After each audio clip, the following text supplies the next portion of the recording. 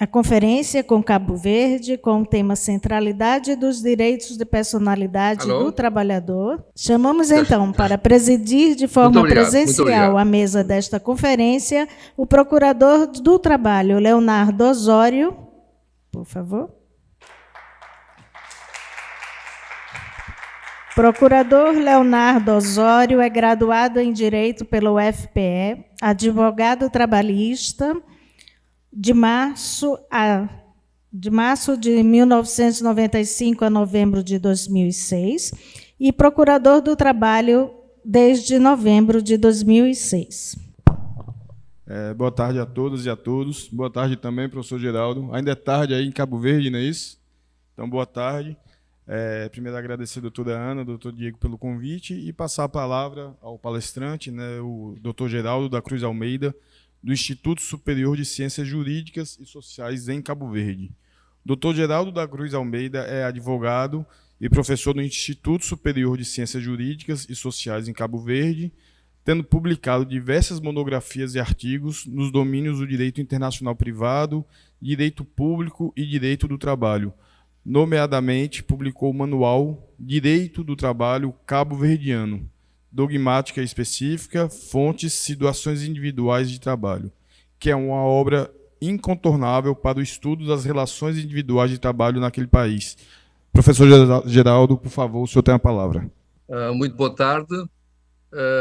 Gostaria, antes de mais nada, de agradecer à Universidade Lusófona de Lisboa pelo convite que me dirigiu para apresentar, portanto, para participar neste segundo congresso, portanto, do Direito do Trabalho, alusivo ao tema Estamos na era da extinção dos direitos fundamentais dos trabalhadores. Gostaria igualmente de cumprimentar todos os conferencistas portanto, desta conferência e, portanto, gostaria de cumprimentar também os colegas do painel, em especial as senhoras professoras Carolina Freitas e Marlene Mendes, que se têm lembrado tanto do meu nome para integrar este evento, né? Gostaria também de cumprimentar todos os presentes, né? E expresso desde já o meu sincero agradecimento tanto pelas valiosas contribuições que certamente tanto nos permitirão a todos sair desta sessão mais enriquecidos.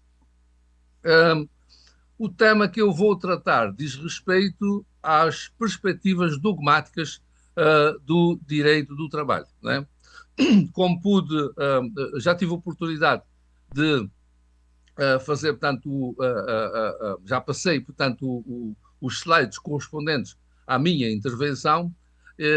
Não sei se esses slides já estão disponíveis, portanto, para as pessoas e puderem, portanto, na verdade, acompanhar a minha apresentação, né?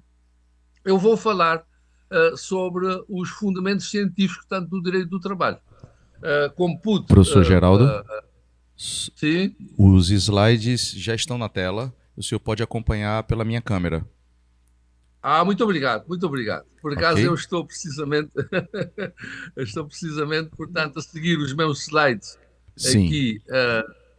Pode pedir que a gente vai passando daqui.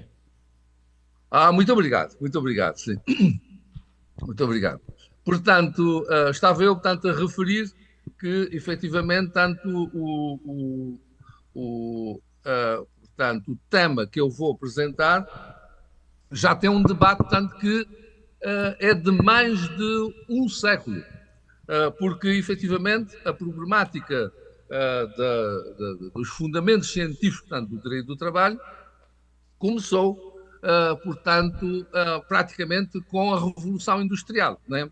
Portanto, mais propriamente, quem é considerado, tanto, o precursor dessa questão é o professor, tanto, António Menger, que, na verdade, tanto, colocou a questão de saber se o direito do trabalho envolveria ou não, portanto, uma relação obrigacional, não é? E, portanto, o professor António Menger reconheceu que, na verdade, portanto, entre o trabalhador e o empregador estabelece-se uma relação pessoal baseada, portanto, na lealdade mútua e não uma mera permuta sinalagmática entre salário e trabalho, não é? Tem-se considerado que, na verdade, e o professor também Otto Vion-Geer, que é realmente um professor muito conhecido em matéria de direito civil e, por conseguinte, também em matéria de direito laboral, não é? Também veio defender exatamente o mesmo ponto de vista. Mas considera-se que quem verdadeiramente emancipou, quem verdadeiramente emancipou a dogmática do direito do trabalho foi o professor Heinz Potthoff, não é? Nesta obra, portanto, que está aqui referida, não é? Natureza e Objetivo do Direito do Trabalho, publicada em 1922 pela editora Confederação Geral dos Sindicatos Alemães, em Berlim, não é? E o professor Heinz Potthoff veio defender, na verdade, exatamente aquilo que os autores anteriores já vinham defendendo, que realmente o direito do trabalho não deve ser considerado unicamente uma relação obrigacional, né? Mas sim trata-se verdadeiramente de uma relação pessoal entre trabalhador e empregador, né? Heinz Potthoff apresenta, uma crítica severa, ao direito romano, considerando, que o direito civil, do BGB, herdou o direito romano e que a visão do trabalho, era a visão, do direito romano, seria no sentido, de que o trabalho seria uma mercadoria, não é?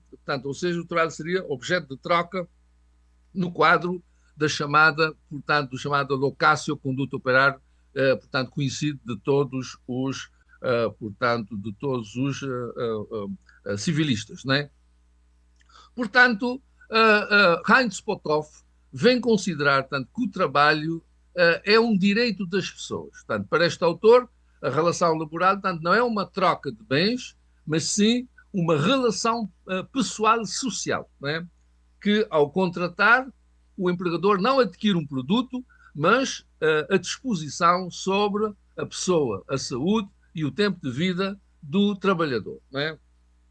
E, na verdade, Heinz Potthoff vai desenvolvendo um conjunto de argumentos, considerando, nomeadamente, que haveria uma ilusão de liberdade contratual, da parte do trabalhador, porque considera ele, que a necessidade de evitar a fome e a indigência obriga o trabalhador a aceitar condições impostas por quem detém os meios de produção, não é?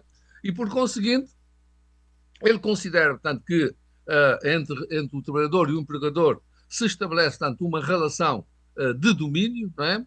E que, por este facto, a empresa, não é?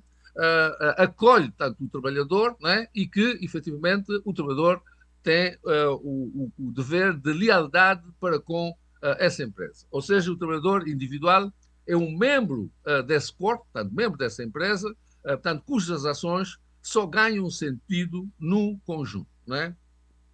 Portanto, o autor defende que o absolutismo do empregador, ou seja, o seu poder do comando total, deve ser substituído pela democracia industrial, não é? Que isto envolve a participação dos trabalhadores na fixação das condições de trabalho através de conselhos da empresa e contratos coletivos, não é? E ele defende igualmente a primazia do humano, não é? Portanto, a obra do Potthoff sublinha o pensamento social de que o homem vivo tem prioridade sobre os bens materiais e o capital, um princípio que o autor vê refletido na Constituição da época. Portanto, em conclusão, Heinz Potthoff, que é, digamos, tido como aquele que emancipou a dogmática, do direito do trabalho, né? Portanto, vem destronar, né? Tendo com esta obra, destronar o contrato individual.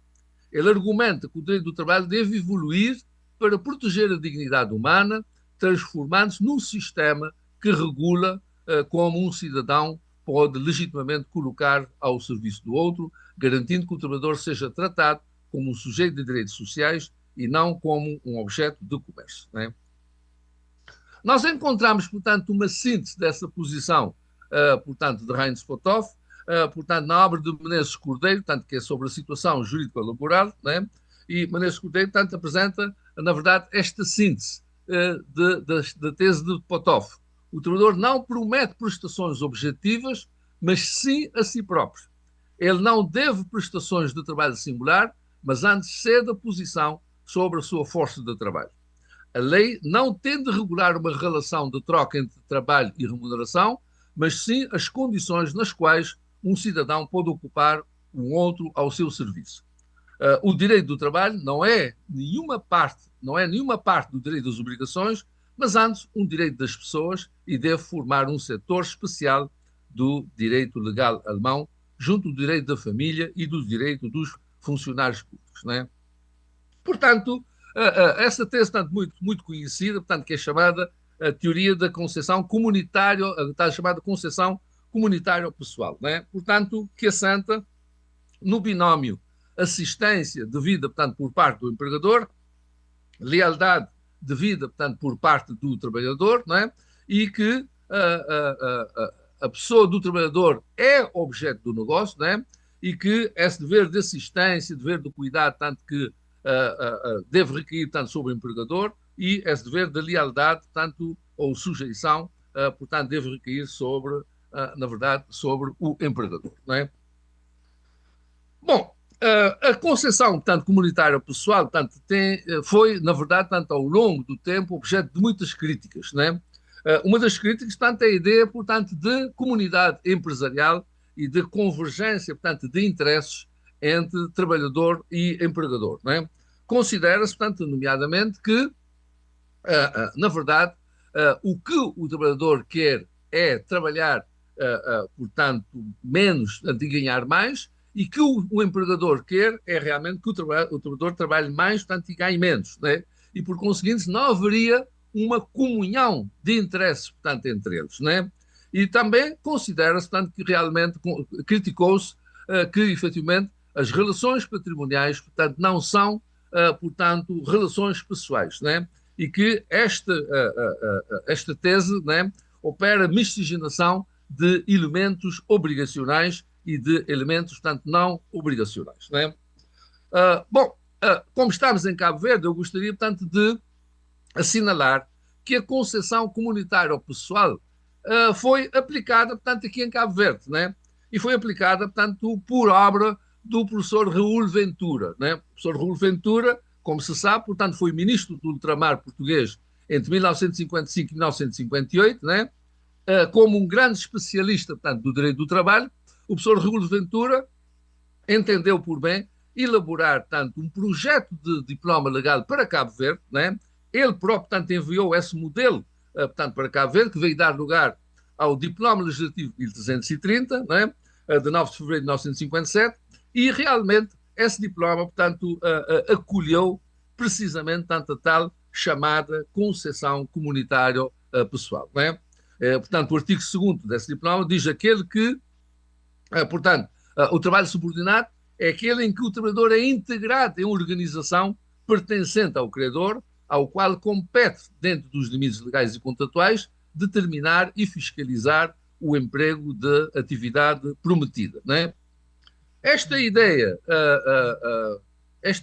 portanto, esta concessão foi igualmente acolhida aqui em Cabo Verde, através, portanto, do Código do Trabalho Rural, que foi aprovado, portanto, em 1962, cujo artigo 5º, portanto, caracteriza o trabalhador como colaborador, portanto, da empresa e, como tal, esta deve tratá-lo e ele usar de diligência e lealdade, né? Acolhendo, portanto, as ideias força, portanto, da chamada concessão comunitária pessoal, né? E o número 2 do artigo 5º estabelecia que os governos das províncias poderão tornar obrigatória a constituição em determinadas categorias de empresa de órgãos de colaboração destinados, tanto a apreciar as questões diretamente relacionadas com os interesses dos trabalhadores. Portanto, este diploma, 2 diplomas, portanto, abraçaram, digamos, essa concessão, portanto, comunitária pessoal, não é? Bom, eu tenho entendido, tanto que essa concessão praticamente, tanto ficou ultrapassada desde os anos, tanto 80 do século passado, não é? E tentou ser substituída, portanto, pela teoria de remuneração, não é? Portanto, a teoria de remuneração recusa a existência de um dever de lealdade entre empregador e trabalhador, recusa, portanto, o dever de assistência, né? Que ele considera, portanto, que é contrário, tanto à igualdade das partes, né? E, portanto, e recusa também, portanto, a ideia dessa remuneração, portanto, em sentido amplo, não é? Portanto, recusa não, aceita, portanto, a ideia da remuneração em sentido amplo, no sentido, portanto, de que essa remuneração abrange também o salário, gratificações, subsídios, né? E também a teoria da remuneração, portanto, nega os conceitos de comunidade e pessoalidade, substituindo por binómio salário, trabalho de salários, né?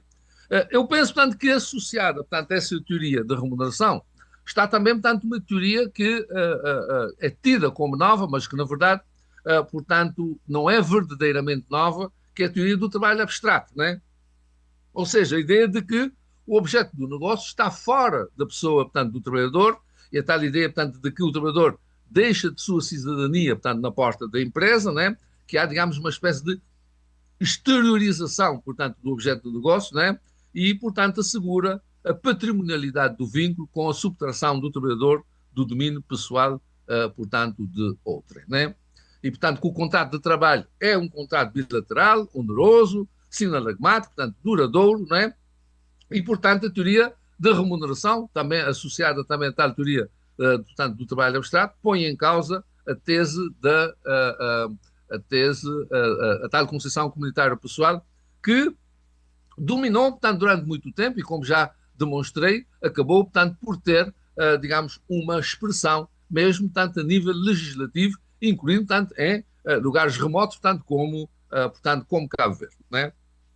Bom, toda a problemática, portanto, de saber, portanto, quais são os fundamentos científicos do direito do trabalho continuou, portanto, a ser alimentada, portanto, por vários autores, né?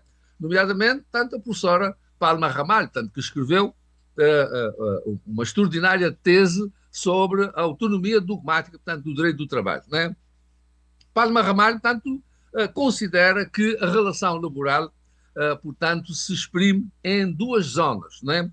Uma zona, portanto, que ela chama zona obrigacional, né? Que se senta na troca essencial do contrato laboral, né? A prestação de atividade pelo trabalhador, desculpe, e a correspondente remuneração pelo empregador, né? Portanto, trata-se do núcleo contratual clássico, onde se evidencia a lógica sinalagmática da relação laboral, né? Mas ela considera também, portanto, que existe igualmente aquilo que ela chama, portanto, uma zona laboral, né? Portanto, que essa zona laboral, portanto, seria integrada pela dimensão subordinação jurídica, portanto, do trabalhador e poderes laborais, né? E, portanto, que seria aqui, nesta zona, que se manifesta a simetria estrutural da relação marcada pelo poder de direção, disciplina e organização do empregador e pela consequente limitação da autonomia do trabalhador, não é? Bom, nós temos apresentado críticas, portanto, à teoria, portanto, do professor Palma Ramalho.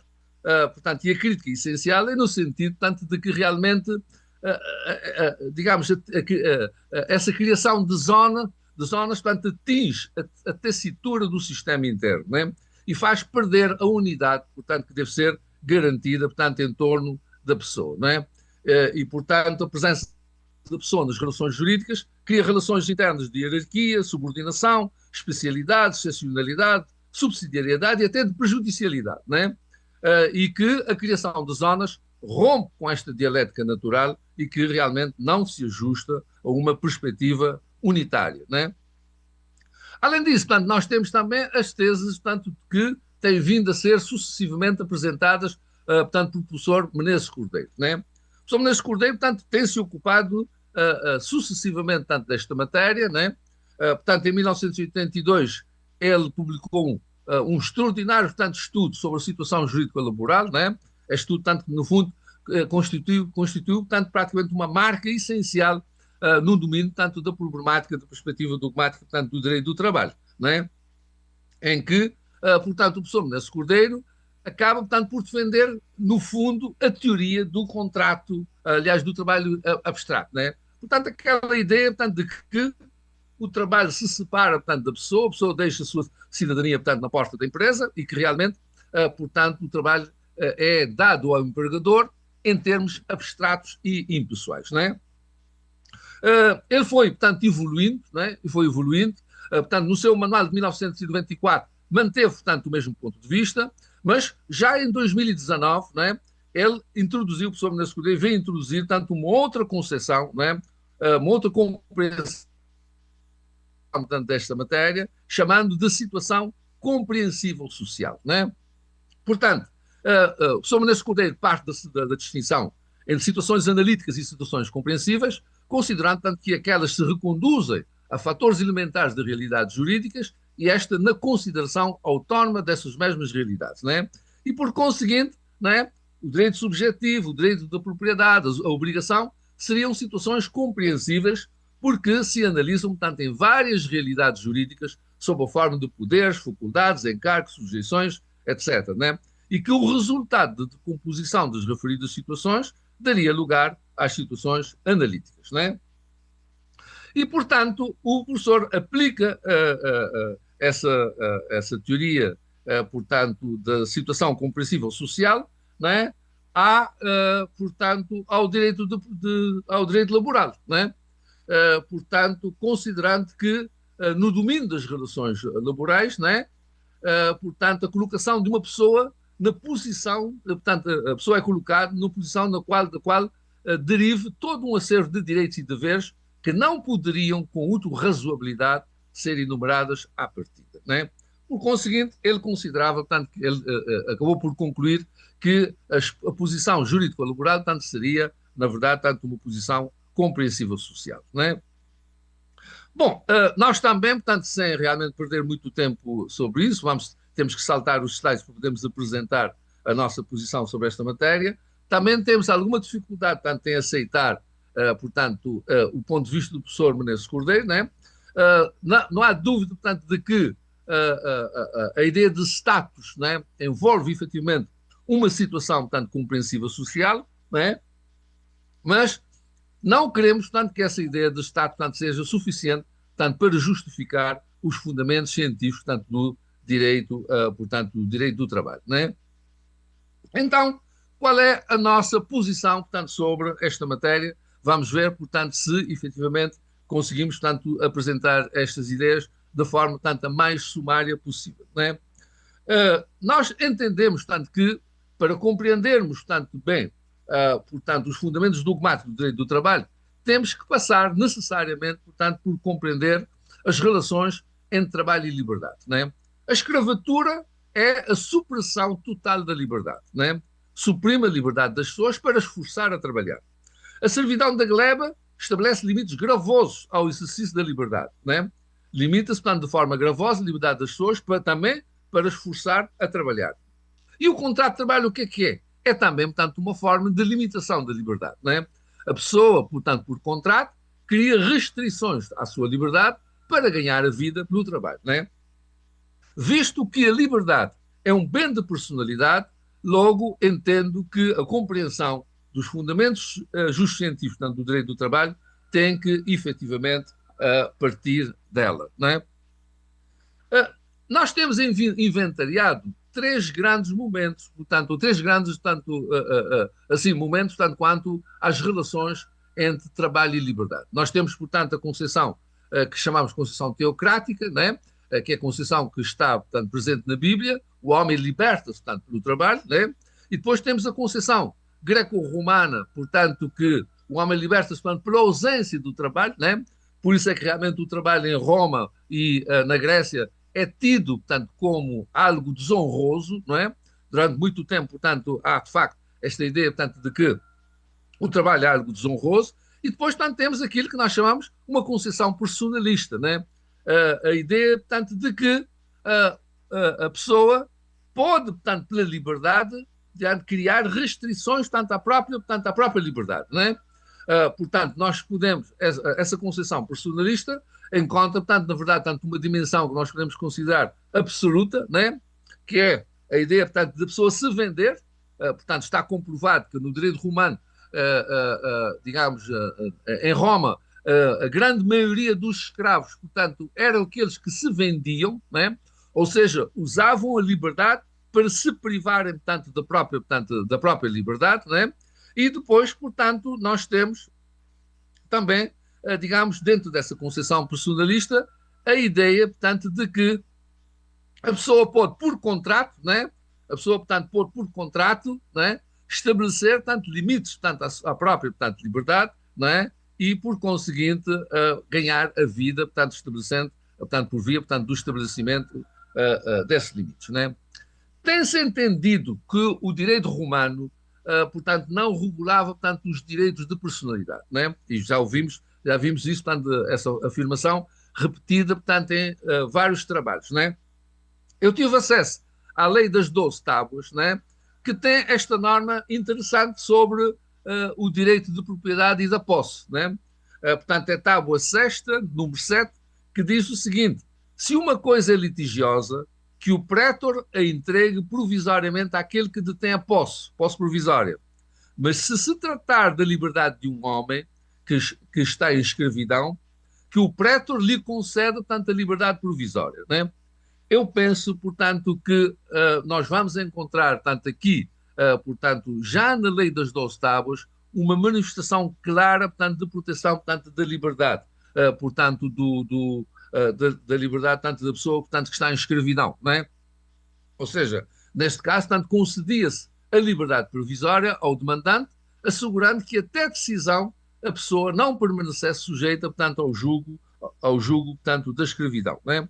Por conseguinte, eu penso que já encontramos, tanto no direito romano, algumas manifestações muito claras, portanto, da proteção da liberdade pessoal, portanto, da pessoa que ganha vida, portanto, através do trabalho, incluindo, digamos, o caso do escravizado, não é? Portanto, podemos considerar, encontramos aqui um embrião, portanto, da proteção dos direitos de personalidade, não é? Ainda que realmente não existisse uma teoria sistemática, portanto, que já se reconhecia, que certos aspectos fundamentais da condição humana, não é, exigiam uma tutela especial e prioritária, não é? Depois, portanto, com a libertação, portanto, dos libertos, portanto, cria-se o chamado, portanto, locatio condutio operarum, não é? Eu gostaria, portanto, de chamar tanta atenção para este termo operário, porque, na verdade, portanto, há aqui uma preocupação clara no sentido, portanto, de separar, digamos, a pessoa, portanto, dos serviços, portanto, que a pessoa presta, não é? Portanto, há, efetivamente, uma preocupação de utilizar, tanto um termo, não é? Que permite, portanto, não distinguir aquele que, portanto, aliás, que permite distinguir aquele que presta o trabalho, tanto com, efetivamente, portanto, a sua própria pessoa, não é? Portanto, o direito ao serviço, portanto, tal jus operarum, não é? É considerado, tanto, uma coisa incorpórea, não é? E, portanto, o escravo é, efetivamente, uma coisa corpórea e, portanto, o trabalho, portanto, que ele presta, ópera, se desliga, portanto, claramente, portanto, da pessoa, portanto, que efetivamente presta, não é? E temos também, portanto, aqui uma afirmação de Voltaire, não é? Um grande, portanto, romanista, não é?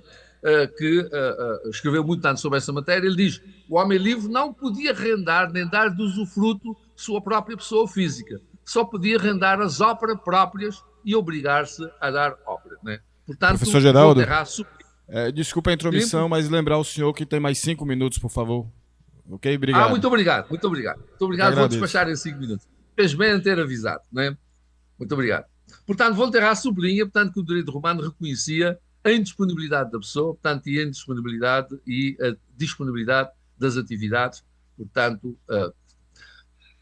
devo referir também, portanto, que nós encontramos, portanto, essa norma presente também, portanto, nas ordenações filipinas, né? Portanto, onde se consolidou o entendimento de que o senhor era apenas dono do serviço e não dono do escravo, né? O que revela, portanto, já também uma percepção mínima, portanto, dos direitos da personalidade, né? Queria também chamar a atenção, portanto, para alguns aspectos que, efetivamente, estão diretamente ligadas à ideia de proteção da personalidade, tanto do trabalhador, já no direito romano, né? Primeiro, portanto, o facto do contrato de trabalho ser consensual, fundado, portanto, na boa-fé, né? E também, portanto, a circunstância do contrato de trabalho, da locatio condutio operarum, ser necessariamente temporário, né? E de se reconhecer, portanto, ao locador, né? Portanto, a faculdade de recorrer à exceptio doli, portanto, e também à exceptio metus, tanto para, efetivamente, fazer valer os seus direitos, né? Bom, eu vou avançar tanto um bocado tanto sobre isso e gostaria, portanto, também de referir que entre nós, né, os diversos regulamentos publicados, tanto a seguir, portanto, a abolição da escravatura, né, também, portanto, adotaram este sistema do trabalho temporário. Ou seja, há de facto tanto uma grande diferença entre o trabalho, portanto, o trabalho temporário hoje, né? Portanto, o trabalho a prazo, neste caso, mais corretamente, o trabalho a prazo hoje e o trabalho a prazo antigamente apresentavam entre si, portanto, uma grande diferença.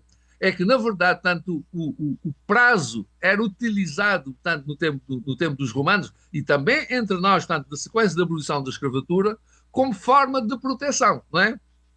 Porquê? Porque pretende-se efetivamente evitar que o trabalhador, portanto, seja confundido com o escravo. Então, ele não pode celebrar um contrato de trabalho por tempo indeterminado, não é? Portanto, o contrato a prazo era a regra. Depois, portanto, é que, com evolução, portanto, do personalismo ético, é que, efetivamente, portanto, se passou para a ideia, portanto, de se conceder ao trabalhador portanto, uma proteção, portanto, através, nomeadamente, portanto, da faculdade dele próprio, portanto, pôr termo ao vínculo, portanto, laboral, não é? Por conseguinte, para, digamos, nós não perdermos muito mais tempo sobre isso, eu tenho considerado, portanto, que, na verdade, digamos, todo o regime jurídico laboral, não é? Reproduz, portanto, a dogmática, portanto, que está presente no artigo 79, portanto, do Código Civil, não é? Que é, efetivamente, digamos, o artigo 81 do Código Civil português, né? Que é o seguinte, portanto, a pessoa pode celebrar tanto um contrato, mas pode denunciar o contrato quando lhe aprouver, ainda que com obrigação, portanto, de indemnizar, né? Por conseguinte, nós encontramos aqui, portanto, uma relação muito fiel entre o regime laboral, né? E o regime, portanto, previsto, portanto, nos direitos, portanto, de personalidade, né? Ele tem, digamos, o trabalhador tem a livre revogabilidade, portanto, da limitação que estabelecer, né? E também intervém, portanto, preceitos de ordem pública, portanto, para controlar se efetivamente, tanto o trabalhador está efetivamente a exceder ou não, portanto, no exercício, portanto, desse direito de liberdade, nomeadamente, tanto posso considerar que todo o regime, tanto das condições de trabalho, portanto, tem a ver com, efetivamente, a tal ordem pública laboral, não é? Portanto, eu estou convencido de que, na verdade, tanto o contrato de trabalho é realmente uma forma de limitação voluntária dos direitos de personalidade. Já em 1846, Marx reconhecia, portanto, que, portanto, chegou-se o tempo em que praticamente tudo é posto, portanto, à disposição, portanto, tudo é possível alienar, né? Portanto, veio, enfim, um tempo em que tudo que os homens olhavam como inalienável se tornou objeto de troca, de tráfico, portanto, e podia alienar-se, né?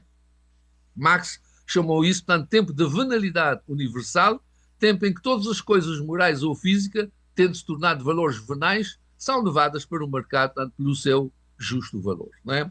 Por conseguinte, portanto, considero que, na verdade, quando o que o trabalhador, portanto, concede, põe à disposição do empregador, são, efetivamente, tanto os seus bens de personalidade, não é? Só que, na verdade, como a pessoa, portanto, é o substrato inalienável de qualquer sociedade organizada, é incontestável, portanto, que o trabalhador, portanto, não pode tudo, não é? Antigamente podia vender-se, mas, considerando, tanto aquilo que se tem chamado, portanto, liberdade, se tem comparado liberdade dos antigos, portanto, liberdade dos modernos, na liberdade dos modernos, portanto, já não se permite que a pessoa, portanto, possa se vender, portanto, passando para a condição, portanto, de escravatura, não é? Por conseguinte, eu vou saltar, tanto para, digamos, a parte conclusiva, não é?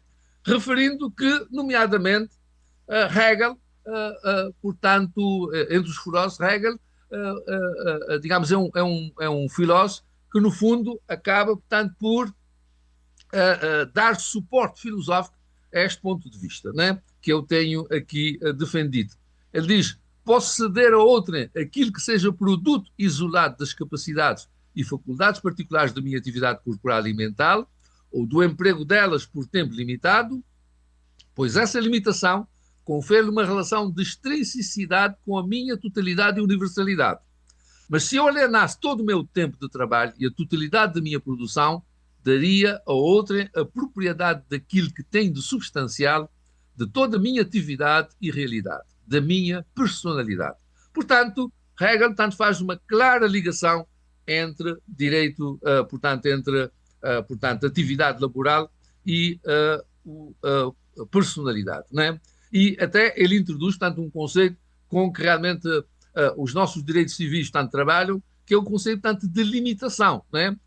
Portanto, ele fala em limitação, portanto, como extrinsicidade, né? Ou seja, no fundo, Hegel também está um pouco influenciado, tanto pela teoria do trabalho abstrato, né?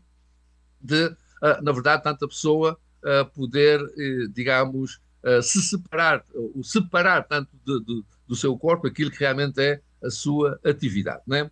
Portanto, eu vou concluir saltando por cima, portanto, de vários aspectos, né? Considerando, tanto o seguinte, que o direito do trabalho apreende o trabalhador, portanto, como substância, né? E, portanto, como pessoa-substância, e, portanto, rodeia esse trabalhador, portanto, de todo um arsenal jurídico, portanto, que visa preservá-lo enquanto realidade ontológica. Mas também apreende a pessoa, portanto, como relação, possibilitando que ele possa permitir que terceiros possam fruir dos seus bens de personalidade no quadro de liberdade, ordem pública, portanto, e bons costumes, né? Que essas duas dimensões, a substancial e a relacional, se conjugam numa osmose dialética permanente e inextricável, a tal ponto que se pode assegurar que o direito do trabalho é um direito da pessoa, do trabalhador, não é?